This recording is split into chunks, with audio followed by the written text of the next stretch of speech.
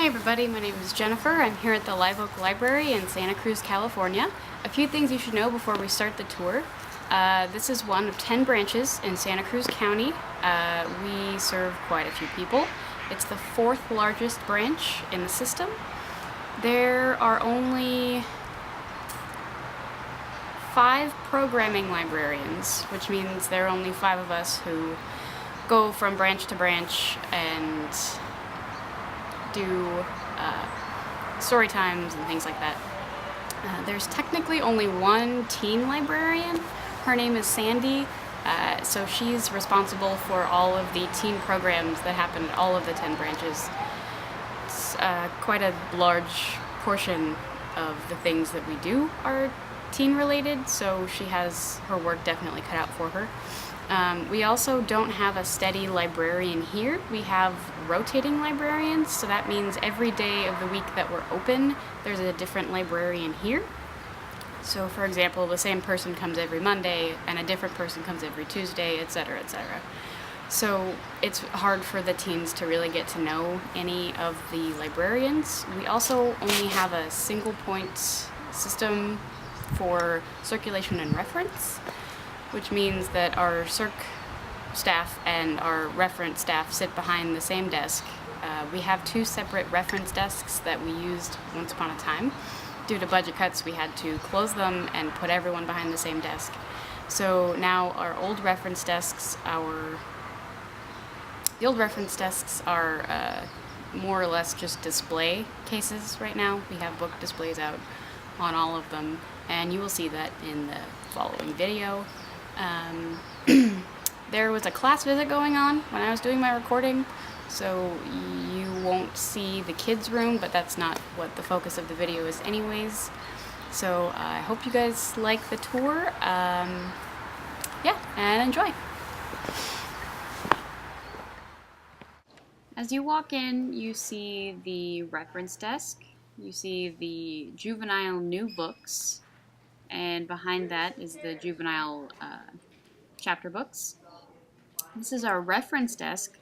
Once upon a time it was actually a reference desk, and now it's just space for us to put up kids displays.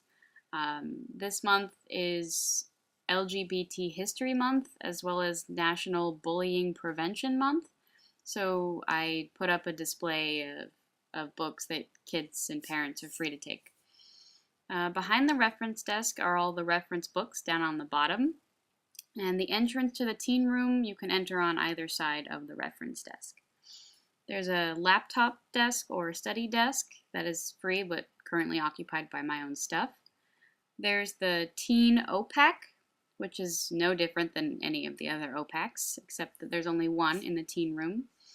There are 4 internet computers. As you can see, they're sort of separated by the computer stands, so you can't really see the other person's stuff unless you actually look.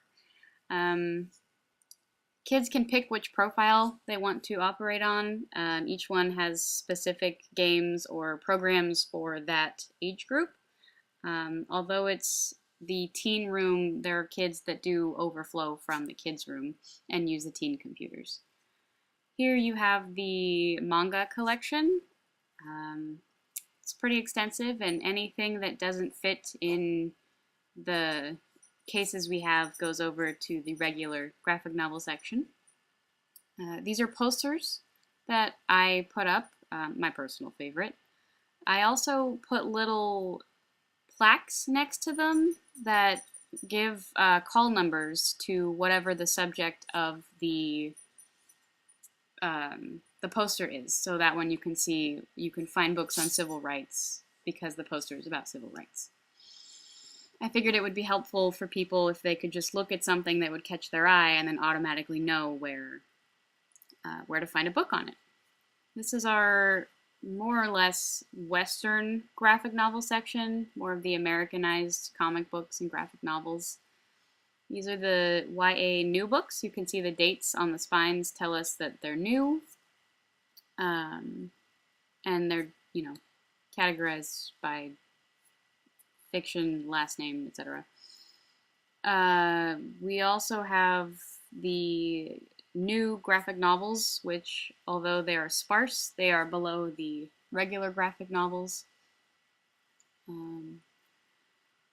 Over here we have the teen nonfiction books, and if you see the stickers with little stars on the side, let me grab one. These are honor system books. They are not cataloged. They do not have a barcode. So in order to check them out, all a person has to do is take them.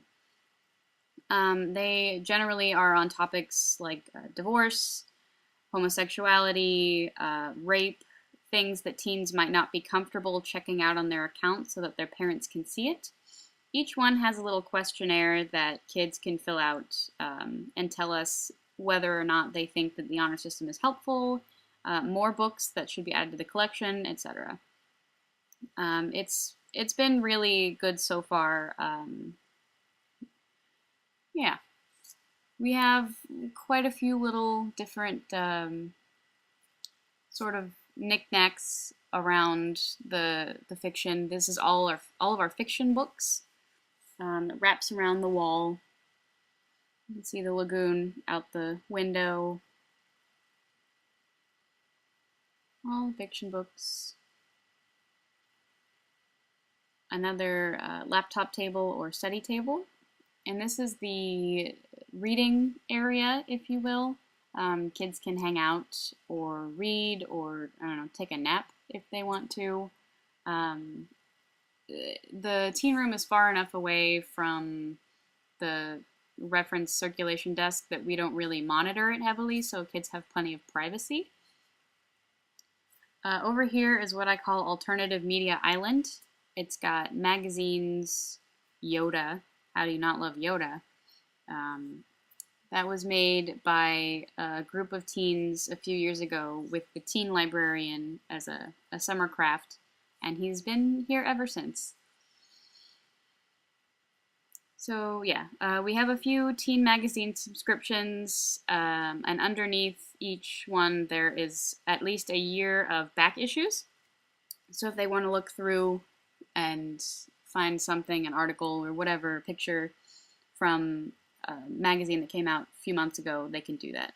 On the other side, we have all of our audiobooks, which are clearly labeled. We recently got rid of our books on cassette, but we do still have books on CD, and those are them. We also have playaways, which are a little plastic book scrunched onto, the audio scrunched onto a little MP3 player, and those are for checkout. And we also have teen DVDs. This table is our homework table or tutoring table or whichever. We have a few people who come and tutor. It's not strictly a teen room, but we do try to have it only be teens. As you can see, it's not a very big teen space. You can see everything from every corner of the room.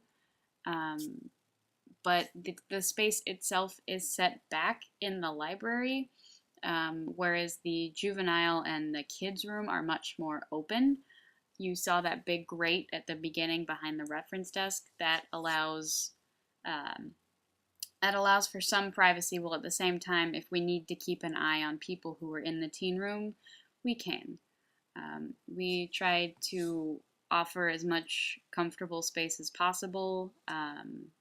The chairs aren't particularly comfortable. We had these cushions added recently, and they still don't help very much. But as far as location-wise, it's a pretty great branch. We get pretty good teen involvement. We have video game tournaments pretty regularly. We have movie showings pretty regularly. Overall, I think it's been really effective given the space that we have to work with and the teens in our community. So far, we haven't had any complaints, and I hope that it stays that way. I hope you guys have enjoyed the tour, and if you ever have any questions, please feel free to contact me through the website. Have a great day.